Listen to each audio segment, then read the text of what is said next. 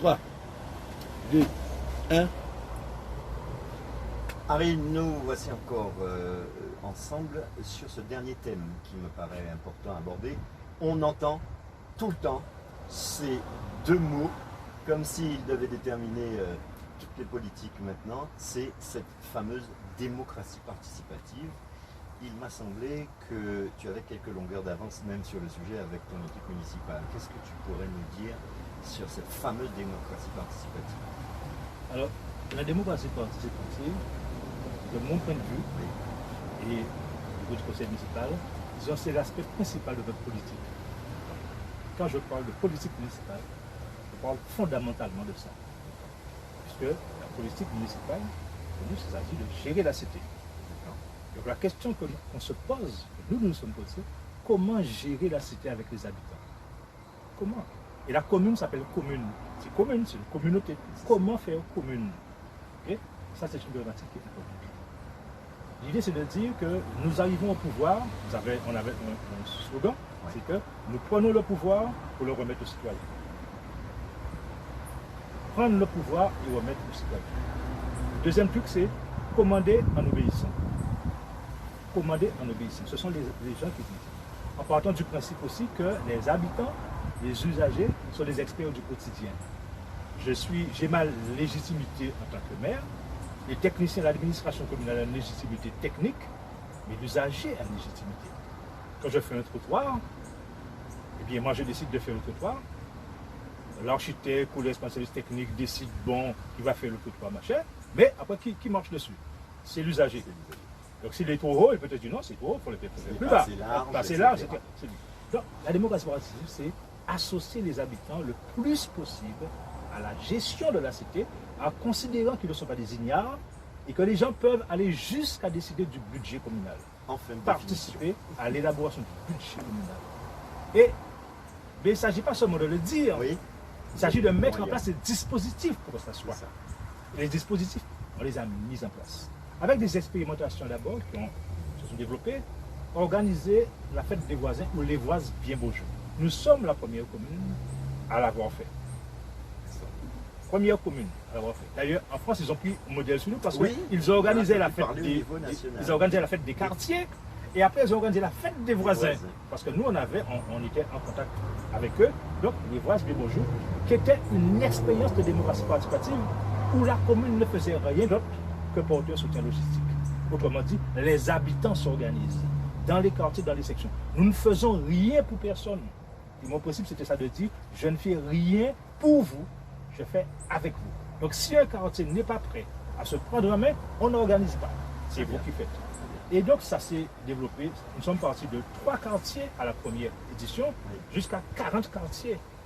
3 ans après, 40 quartiers en fait dans la commune. Première chose qui était importante, je revois le visage de certains collègues du conseil municipal qui n'y croyaient pas et qui envoyaient la population, mais enfin, dynamique, se prendre en main, était émerveillé. La deuxième chose, l'expérience qui est importante, c'est le congrès de la ville. Nous avons décidé, puisque la fête des voisins marchait, on a dit bon, il faut aller plus loin. Il faut mettre la ville en débat. Mettre la ville en débat pendant 6 mois. Dans les associations, dans les quartiers, dans les ateliers communaux, les gens se réunissent pour discuter du projet de la ville.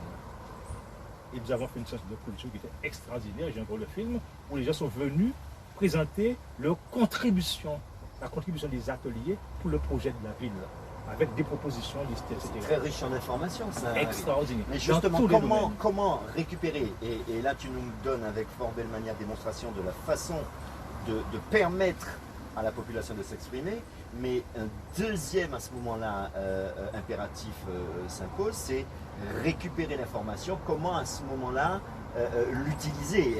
C'est justement ça, c'est-à-dire bon, nous avons récupéré, nous avons les éléments, mais le problème, et c'est là où parfois je dis que notre défaite électorale, disons, ne m'a pas, comment dire, si elle m'a affecté quelque part, c'est parce que je me suis dit que ce projet-là, il est resté là, quoi. Parce que nous avons le document, il fallait ensuite, ça se fait en 2007, le congrès de la ville, hein.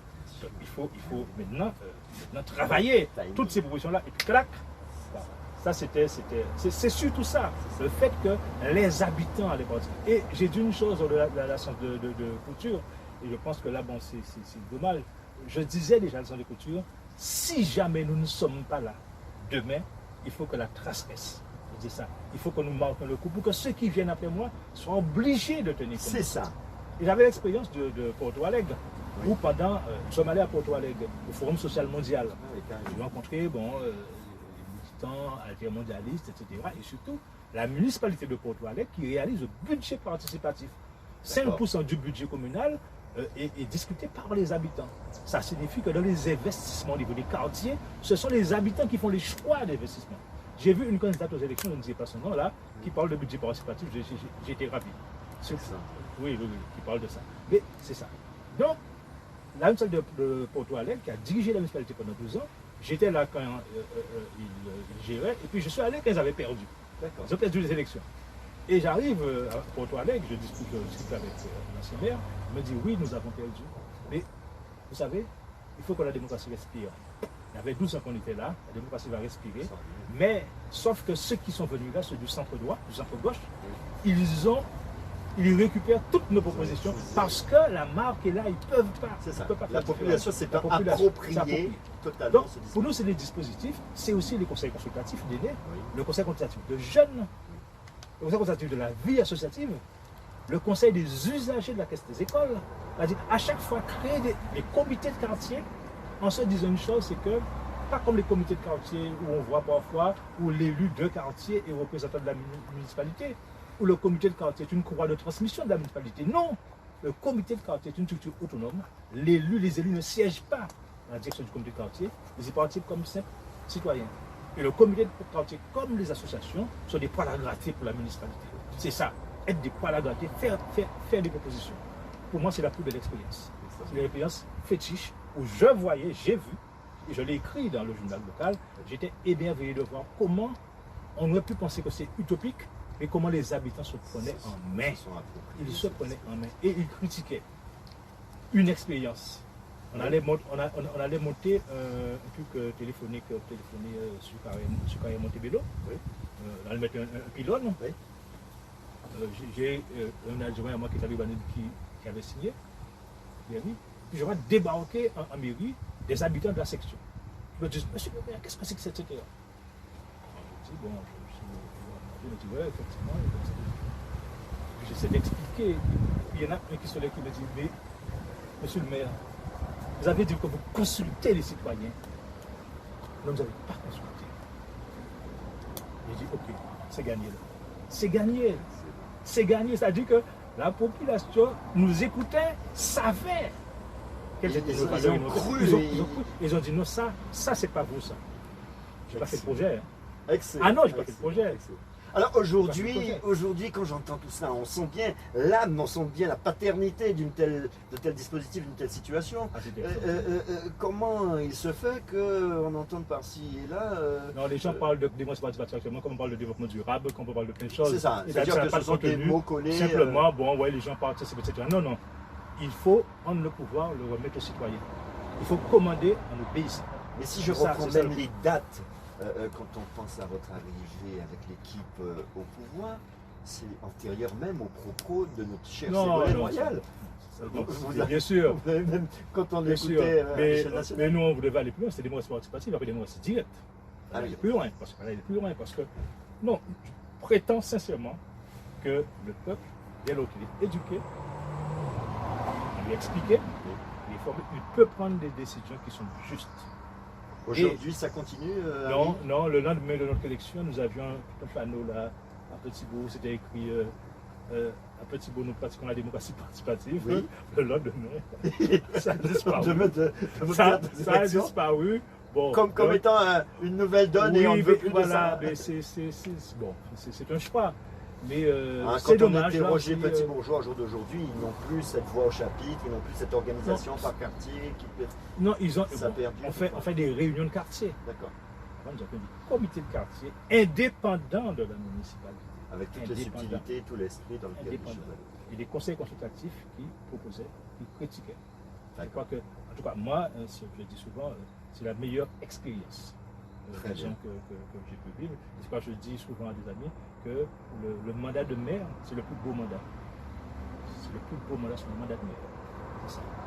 si vraiment on aime les gens, c'est le plus beau mandat. Pour conclure, Harry, en 2 mots, pourquoi est-ce le plus beau mandat? Parce que aujourd'hui, on entend comment cette fonction est quand même cible d'énormément d'attaques, qu'elles soient au niveau juridique, pénal, Oui. à tout point de vue. En quoi, pour toi, cette notion de maire, ce poste, est le plus beau? Parce que c'est le mandat de proximité. C'est le mandat où on est en contact avec la vie des gens. Moi, j'ai été utopiste aussi. Oui. Et je crois qu'il faut aller à l'utopie, mais les pieds accrochés au réel. Le mandat de maire me permet, disons, d'aller plus loin que l'utopie. D'abord, je vois ça, mais d'où je pars? D'où je pars? Et comment changer les choses? Et on les voit changer petitement. On voit les choses changer. Je crois que si on a vraiment l'amour des gens en soi, je pense que c'est ce qui est déterminant. Pour être meilleur, il faut aimer les gens. Je crois qu'on a là le mot-clé de la fin. Merci beaucoup, Harry. Et en espérant que ce sujet aura permis à nos amis concitoyens de Petit-Bourg de faire de bons choix. Nous remercions. Et de la Guadeloupe. Oui, et de la Guadeloupe, bien entendu. Également. Bien entendu, elles sont reproductibles sur l'ensemble du département. Et je te remercie encore pour cet échange du fond du cœur que j'ai senti transpirer de ta part. Merci beaucoup, Harry. À bientôt.